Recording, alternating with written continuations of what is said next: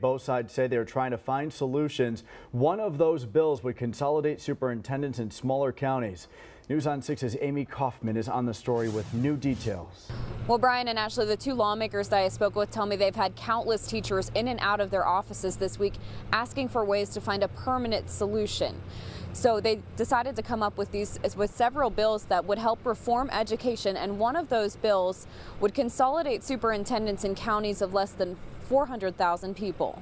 We have to serve our communities in every single way possible. Stephen Ostrander teaches math at a rural Sequoia County school, a county with 11 different districts, more than half of which have fewer than 500 students. The population is shrinking.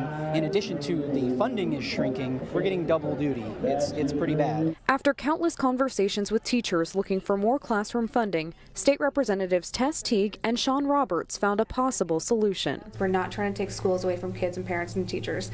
What we're trying to do is consolidate superintendents. Preliminary numbers show that this could save more than $40 million in funding. However, Ostrander worries about favoritism in consolidation. Let's say that the superintendent of the schools was stationed specifically in Roland. He puts his kids in school at Roland. Okay, so we're going to rely on this one person who's running all the schools in our entire county to fairly treat every school individually and not give preferential treatment to the school that his kids go to.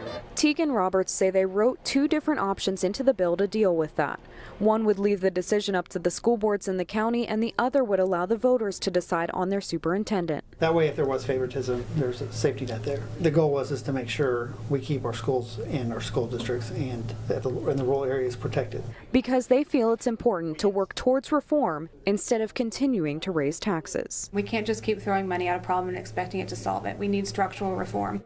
Now, this is one of 6 bills that Representative Teague and Roberts have put together, and you can read about the others on our News on 6 app. Live on the scene on the story from the state capitol, Amy Kaufman, News on 6.